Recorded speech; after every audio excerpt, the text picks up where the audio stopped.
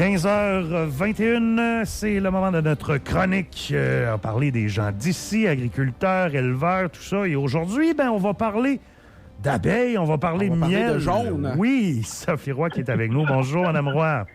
Bonjour. Oui, comme j'avais dit d'entrée de jeu, vous êtes productrice de miel, c'est bien ça?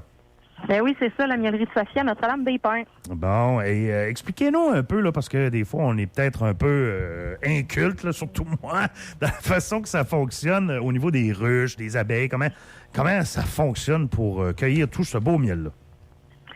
Ben là, en fait, on s'est vu, je me rappelle pas c'est quelle équipe que j'ai vue au courant de l'été, là. Mm-hmm. Là, depuis ce temps-là, les ruches, on a récolté le miel fin août, début septembre, là, c'est les dernières rentrées de miel qui se passent. Après ça, là, on récolte tout ça, on amène ça à la miellerie. Après ça, là, on les prépare pour l'hiver. Là, présentement, les ruches sont toutes abriées, sont dehors en toute la neige, puis ils vont rester là tout l'hiver. Mais pour la récolte de miel, c'est ça, on leur vole leur miel, puis on apporte ça dans la miellerie. On a un petit processus, là, c'est le taux d'humidité, chaleur, puis après ça, on enlève le petit bouchon de sucre, puis on fait tourner ça comme dans une laveuse. Mm-hmm. Puis ça s'appelle un extracteur. Le miel s'écoule, puis c'est comme ça qu'on est capable d'avoir le petit miel dans nos pots. J'ai fait ça bref, là, mais... Oui, c'est ça. On n'expliquera pas tout le procédé, mais on comprend un peu plus la façon que ça fonctionne. Et justement, là, au niveau, vous dites, vous abriez les ruches, les abeilles, ils continuent à rester, ils restent là pour l'hiver? Comment c'est quoi? Oui, c'est ça. Les abeilles, ils hivernent. Ça veut dire qu'ils vont être au ralenti. Ils dorment pas. Ils sont juste au ralenti. Ils vont tous se mettre comme, on appelle ça une grappe. Ça fait une boule d'abeilles dans le milieu de la ruche. Ils vont se garder au chaud. Mettons que dehors, il fait moins 30. Dans le milieu de la ruche, dans le milieu de la grappe, il peut faire 25-30 degrés. Là. OK. Fait que la reine est au milieu. Les ouvrières, les petites abeilles, ils réchauffent tout ça. Ils mangent leur réserve tranquillement. Puis on croise les doigts qu'ils survivent jusqu'au printemps. Quand il va faire 10 degrés et plus, puis que le soleil va être là, là, ils vont ressortir, puis ils vont avoir très hâte au pissenlit. Comme là, vous dites, sur les réserves, j'imagine, c'est un peu le miel que les abeilles se font pour se garder en hiver, c'est ça? Faut pas tout voler, j'imagine? Oui, c'est ça. Okay. On enlève les boîtes du dessus, mais la dernière boîte d'en bas, c'est celle-là où la reine est avec tout le couvain, c'est les bébés, les petits œufs. Puis, à mesure que les abeilles-là vont venir au monde, ça va créer des alvéoles vides. Fait que nous, ce qu'on va faire, c'est qu'on va venir combler avec de l'eau sucrée, là, qu'est-ce qui reste, qu'est-ce qui manque de miel à combler, pour être sûr que toute la boîte est pleine de réserves pour qu'ils peuvent passer l'hiver. Là. OK. Puis là, tu sais, quand on élève, mettons, du porc, on peut les compter, le nombre de porcs qu'on a, mais j'imagine qu'on n'a pas le nombre exact d'abeilles au niveau des ruches. Mais j'imagine que ça comporte beaucoup d'abeilles. Nous autres, les apiculteurs, on compte ça en nombre de ruches et non en nombre d'abeilles, mais je sais que tout le monde nous demande le nombre d'abeilles. Fait que par boîte, on dit c'est entre 5 à 10 000.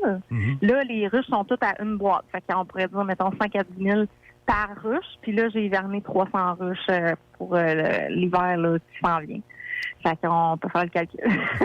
Ouais, ça fait quand même pas mal. Et j'imagine pour le voisinage, des fois, les abeilles, ça se promène. Ça reste pas juste à côté de la ruche. Est-ce que ça peut être un facteur, là, des fois, d'aller se promener tout le temps chez les voisins comme ça? Un peu tannant, peut-être? C'est sûr que là, il y a personne qui se promène, il fait trop froid, les abeilles sont toutes en dedans. À l'été, c'est sûr qu'un abeille, le rayon normal va être 3 km à vol d'oiseau. S'il n'y a pas de bouffe aux alentours, ça peut aller jusqu'à 10 km. Des fois, souvent, les gens l'ignorent, ça. Là. Mais c'est sûr qu'une ruche qui est, mettons, dans le champ, là, elle va aller chez l'agriculteur qui est à côté, ça, c'est ça. En ville, c'est la même problématique. Là. Des fois, on se retrouve avec des abeilles, là, les gens dans le piscine au sel, le spa au sel, là, ça, c'est une petite problématique. Mais écoute, il y a des choses à faire, là, des fois, pour aider que ça se passe pas comme ça, mettre des abreuvoirs, puis tout ça, puis... Mais, ouais. C'est sûr que c'est le voisin des fleurs, les abeilles vont y aller. Oui, j'imagine. Et ça m'amène à ma prochaine question, justement, parce qu'on a commencé à faire ça, là, de pas tondre le gazon là, pendant une partie là, du printemps avant l'été. C'est justement pour aider à ces abeilles-là. Le pissenlit, c'est la première fleur qui produit nectar et pollen en belle quantité. Fait que c'est pour ça, là, les réserves que je vous dis de l'hiver, là, rendues au mois de mars, avril, début mai, là, les réserves sont presque à sec. Fait que quand le pissenlit arrive, là, c'est ça qui fait que la colonie va repopper, va exploser, moi, que je dis. Parce que quand il n'y a pas de nourriture qui rentre, la reine ne pond pas. Okay. C'est intelligent, ça, ces petites bêtes-là. Fait que quand le nectar puis le pollen se met à pondre, la reine se remet à pondre parce qu'elle dit, bon, on va avoir assez de nourriture pour nourrir la famille au complet. Puis là, c'est là que la ruche, on va voir ça va se développer là, en force. Fait que si, imaginez-vous que si on n'a pas les pissenlits, puis que là, on attend le trèfle du mois de juin, au polaire, je pense qu'on va peut-être perdre une couple de ruches là, ils vont être morts de faim. Puis le travail de l'apiculteur, c'est de s'assurer justement qu'il y ait assez de réserves là, pour se rendre aux pissenlits. Mais c'est pour ça qu'on dit de ne pas arroser vos pissenlits avec le Roundup. Ah, voilà.